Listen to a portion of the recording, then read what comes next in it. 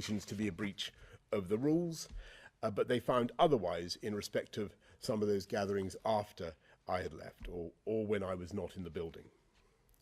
Downing Street and the Cabinet Office together have hundreds of rooms, and again, I say this not in any way to extenuate my personal responsibility, but to give context to these events.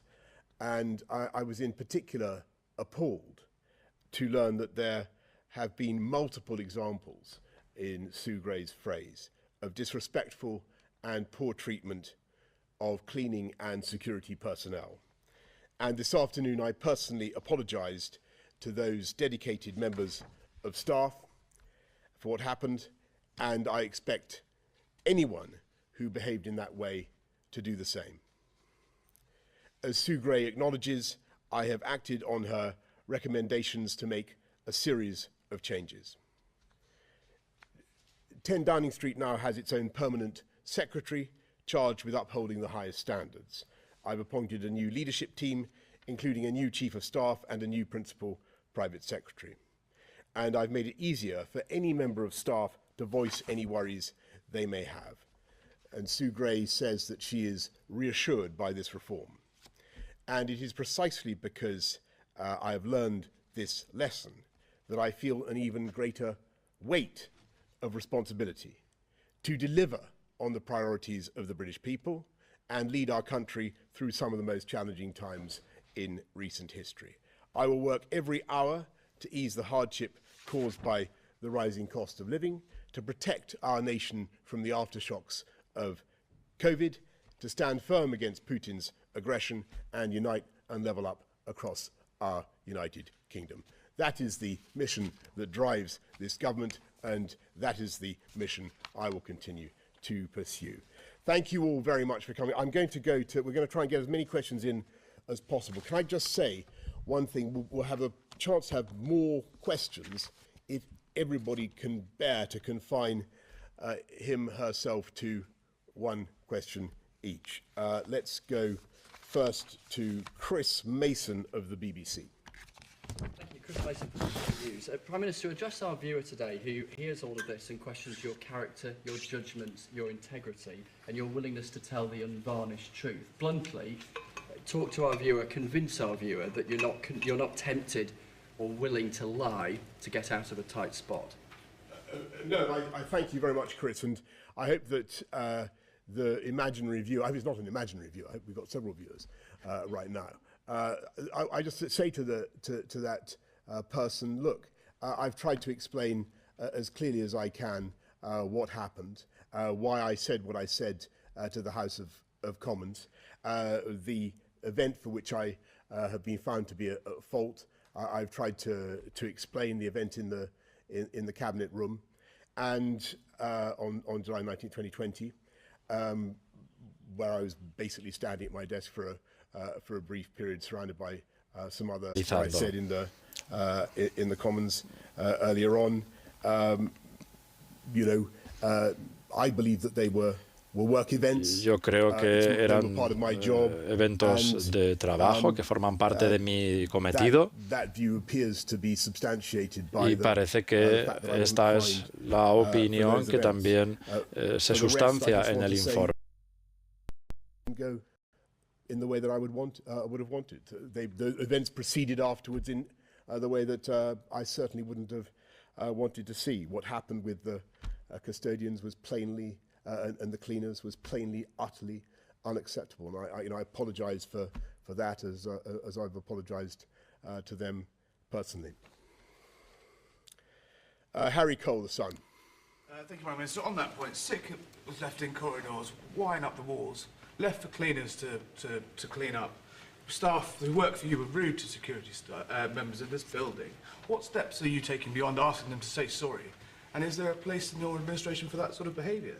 And if I may, you were rather coy in the House of Commons earlier when asked directly by one of your MPs if you ever asked Sue Gray not to publish her report subsequent to the police investigation. Do you want to clear that up now? Did you infer at any point to Sue Gray that publication might not be necessary? No. So look, on that, it's impossible for the terms of reference make it absolutely clear that Sue has got to publish a report, and I think it's entirely right that she has, and I think that the what she's published is, you could not, I don't think anybody could reasonably say, look, reading that report, that an awful lot has been swept under the carpet, to be absolutely frank with you. But, I would just say on the behaviour of staff and the alleged rudeness, it is, I don't know who is specifically is guilty of that. So in the course of my apologies today, I began to make some inquiries, and I will of course continue them. And as I said earlier on, if people have been, I think it's utterly intolerable for people to be rude to hard-working staff, and at the very least that they should apologise. But I don't yet have the names of those who are responsible. Matt Fry, Channel 4. Prime Minister, we are sitting, or standing in your case, in the place that flouted the rules that were made here more than any other institution in the country. You yourself have made history by becoming the first Prime Minister to break the law while in office. Now, you talk about other people who've insulted staff and so on, but I want to know what you think your own personal failings were in creating the culture that allowed this to happen. I think Matt, the best thing I can invite you to do is look very carefully at what Sue has said, and if you read her report and you look at the detail in which she describes, you talk about me, my own participation in the events, what I did, how long I was there, and so on. I think you get a pretty fair picture of what took place. That does not mean that I don't accept responsibility for the totality of what happened. And yes, I bitterly regret it, and that's why we've taken steps since the interim report, in particular, to drive a lot of change in Number 10 and the way Number 10 works, and to ensure that there are much clearer lines of command, and everybody understands, the difference between being engaged in work and in socialising, and I think that is the crucial thing. Jason Groves, Daily Mail. Thanks. Your principal private secretary appears to have been organising parties against advice. He seems to have been boasting about it, about getting away with it. Why didn't you stop him? And more broadly, is anyone in Whitehall government going to face any sort of disciplinary process as a result of this sorry saga? Yes. So first of all, Jason, I don't want to comment on individuals who are named in the report. I don't think it's right for politicians to talk about officials in that way, any official. What I can say is that I think that we've all no. So I want to be clear. I didn't know that. For instance, a lot of the stuff that I saw in the report this morning, was news to me. But I think it's important. Let me put it this way: I think it's important that everybody who's named, everybody who hasn't been named, everybody who's in any way involved in this whole business has got to learn the lessons, and that applies to everybody in the report. Tom Harwood, GB News. Thank you, Prime Minister. The fines that were issued across Downing Street and the whole of Whitehall were for events that took place over varying levels of restriction. It took months of investigation to determine whether a number of edge cases broke the rules that you set or not. Indeed, you said earlier in Parliament that it can be very difficult to decide the boundary between what qualifies as work and what qualifies as socialising. So in hindsight, were the rules that you set simply too unclear, too illogical, and too tight for too long? And just, if I may, on another issue that really does affect people up and down the country, real wages are projected to be lower in 2026 than they were in 2008. What are you going to do about it? So first of all, Tom, on the rules, we had to implement, and this is a controversial thing, and there are many people who think that you could have done without restrictions. You could have just relied on people's personal responsibility. The difficulty was that we were facing a pandemic of a kind that we'd never seen before, or certainly not in my lifetime. Its effects were unknowable, and all the medical and scientific advice was that you had to proceed by non-pharmaceutical interventions. You had to get people to behave according to certain rules. So I don't think the flaw was with the rules, Tom. I've got to, we should have recognised that the boundary between work events and socialising for people who are continuously working together in the same place was going to be hard to draw, and things should have been done differently, and they certainly are being done differently from now on. On your point about incomes, which is the crucial thing, and look, the COVID pandemic cost the government a huge, it cost taxpayers $408 billion just to support businesses and support families through the pandemic. It's left a very difficult fiscal position. Employment is very strong. Some features of our economy are extremely strong. But there's no doubt, because of the global supply chain shocks, exacerbated by what Putin has done in Ukraine, by the spike in the price of energy, we're going to see pressures for a while to come. I've just got to be realistic with people about that. We're going to see pressures on household finances. So what I'm saying to people is that we will continue to respond, just as we responded throughout the pandemic. It won't be easy, and we won't be able to fix everything. But what I will also say is that we will get through it, and we will get through it well. And that we have some fortunate fundamentals, not least the lowest unemployment rate since 1974. That we have a strong labour market. We have a lot of firms who are looking to hire people, looking to grow, and that augurs well for the future. But there's no question we have pressure now on household finances. Everybody knows it, everybody can feel it, and believe me, the government is going to do everything we can to help people. Let's go to Esther Weber, Politico. No, that's it. Given everything we've heard and what you said about the boundaries not being properly drawn, what can you say to reassure us that you and the officials you appoint to the top jobs are capable of being the grown-up in the room? Thank you, Esther. I think that just on me in particular and my role, I just remind you of what I have said, and I hope I won't seem to be pernickety when I say that I thought the things that I was attending were work events. I thought that my job was to thank people for their contribution to public life, to government service.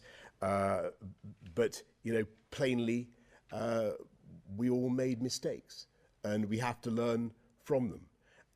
It is no mitigation, but it's helped set the context that these were really, really exceptional circumstances, but then they were exceptional for everybody in the country, and I accept that. Beth Rigby, Sky. Thank you. Prime Minister, vomit, drunken altercations, security staff being treated with contempt, cleaners having to mop up red wine. Sue Gray's a shaming dossier, really, isn't it, of what's meant to be the place, the heart of government, that sets the standards of our country. And it's your culture under your leadership. Did you never, for a moment during the past 5 months, or even this morning, when that report landed on your desk and you read it blow by blow, think about resigning? A poll out today, just out, says 3 in 5 Britons think you should. Yes, Beth, of course I understand why people are indignant and why people have been angry at what took place. All I can say is that I really think that given everything that is going on right now, it's my job to get on and serve the people of this country, not just to get us through the biggest war in Europe for 70 years, but a huge spike in the cost of living, and to deliver our manifesto commitments on which I was elected with a large majority. I hear you, I understand you, but I really feel it's my job to get on. Was there any point you thought about it, though? Because during any of it, did you ever think this Why is are only you allowed to come back, Beth? It shows you have some special position. Okay, forgive me. Well, look, I mean, I just repeat my point. I think that my point. I think that I overwhelmingly feel it is my job to get on and deliver. And no matter how bitter and painful the conclusions of this may be, and they are, and no matter how humbling they are, I've got to keep moving forward, and the government's got to keep moving, and we are. And just this week, we're getting on with things that, again, delivering on things that have been left undone for a very long time, trying to fix the legacy issues in Northern Ireland. Incredibly difficult thing to do. Government for decades have shirked it, but we're getting on and doing it. And I was pleased to see that at least Peter Mandelson is supporting what we're doing, even if the current opposition is not. We will get on and continue to do the tough things. Jess Elgott, The Guardian. Prime Minister, people in this room told us that there were no parties. People from your press office told us there were no parties. And we now know that parties took place in the press office. Were those people told to lie to us? Yeah. And do you concede now that they did lie? Well, Jess, I don't know exactly what they told you, but my having talked to people in this building about what happened and what was said, it's my strong impression that they genuinely believed that what they were doing was working, and they were working around the clock, and they did not think that what they were doing was in conflict with the rules. That's what they told me, and so I certainly don't think that they set out to deceive you about that. But plainly, if you look at what Sue has found, and if you look at what the Met have found, that simply wasn't right. And we've got to accept it. And we've got to recognise that mistakes were made. And we've got to I've made a lot of changes already, and we'll continue to make changes. But I think the best thing I can do is continue to repeat the apologies that I've given, but also to stress that I think we just have to try, if we possibly can, to continue with the people's priorities, and we certainly can, and we will. And on that point, Paul Brand, ITV. Prime Minister, you said so far this afternoon that some of this rule breaking was news to you. You told MPs, you told us all categorically that no rules were broken, but this is your home. You saw what was going on, you participated in what was going on, you made the rules as Prime Minister, so it does beg the question, are you a liar? Well, Paul, I think you've no, but look at what I said to Parliament, and look at what Sue has said about what took place, and about my role in it. I just to get back to what I said, I think in the first answer. Okay, I was in the cabinet room for a short period, standing up at my desk on June the 19th, 2020, and some people came in to congratulate me on my birthday. Now, there weren't very many of them. It didn't occur to me then that this was a breach of the rules. I've got to be absolutely frank with you. It didn't occur to me. It really didn't. And I think that's just the way it was. Similarly, when I was speaking to colleagues about the departure of another SPAD or a government advisor or an official, it didn't occur to me that this was anything except what it was my duty to do as Prime Minister during a pandemic. And that's why I did it. And that's why I spoke as I did in the House of Commons. And yes, as Sue has found, and as everybody can see, and as the evidence has shown, after I had been there, things did not go well. And you haven't heard anything like music or partying? No. There's a let's be absolutely clear. This is a very, very big place. There are if you take number 10 and the cabinet office together, there are hundreds of rooms. You know, my impression was that I was personally at work events. But look, that doesn't absolve me of responsibility for what happened in this place. I take that responsibility. I continue to make sure that we make changes. I've apologised today, not just again to the House and to the country, but also to the custodians and the staff who now it turns out were wrongly and badly treated. I think it's repugnant that happened, but I think the best thing I can do now, without in any way wishing to minimise what has happened, is simply get on with delivering on the priorities of the people, and that is what we are going to do with it. And I'm sorry to say I have to leave you all now. Come on, Prime Minister. Okay, I'll take 3 more questions, but I was under strict instructions to agree to no more than 9. But such is my natural generosity of soul. I will go to Pippa Crerar. From the Mirror. Prime Minister, you say that Sue Gray, that no individual gathering was swept under the carpet by Sue Gray, but there was one very striking omission, which was the gathering in your flat on November 13th, 2020, which she started investigating, and then says in her report that she paused when the police started looking at it, and then concluded, after the police closed their investigation, that she wasn't going to carry on that investigation.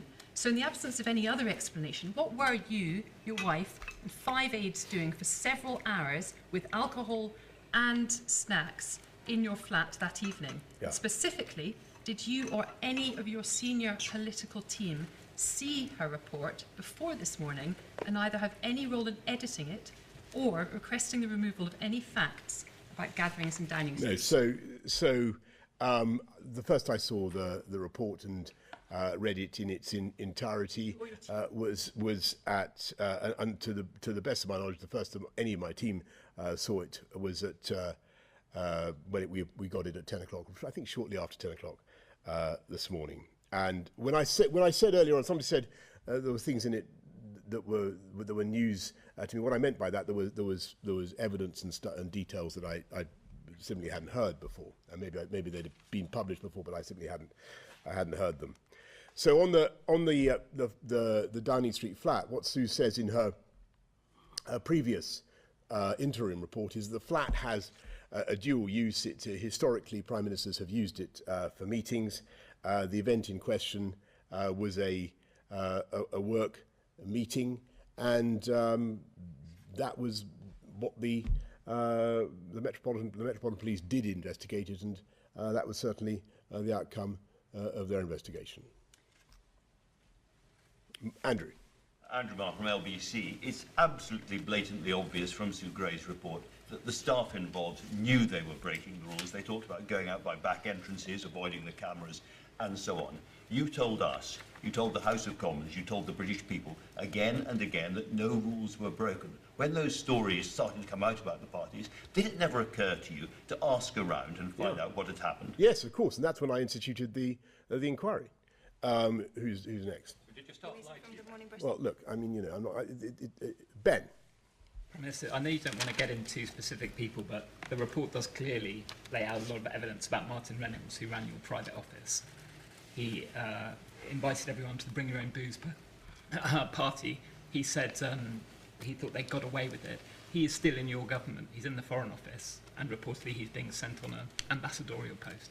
Can you explain to the public why you're keeping him in post? Look, I really am not going to get into the business of identifying any particular official over any other, or or political appointee, or anybody in this whole affair. I think it's right. So in the pictures that Sue Gray has put out, I think it's entirely right that I should be the one who is not pixelated. I'm the person at the top. I'm making the changes. I instituted an inquiry. I don't think anybody, just to repeat my point, I don't think anybody could fairly say that what Sue Gray has done is to cover things up or put things under the carpet. It is a very thorough and extensive piece of work. It covers all sorts of events. What we need to do now is learn from what happened, and I'm not saying I minimise what has happened, but we have a huge amount of business that the government is getting on with right now, mainly to do with the cost of living, mainly to do with the economy, and we really need to focus on that. And with that, I'm afraid, having given three more answers than was promised, I'm going to love you and leave you. Thank you.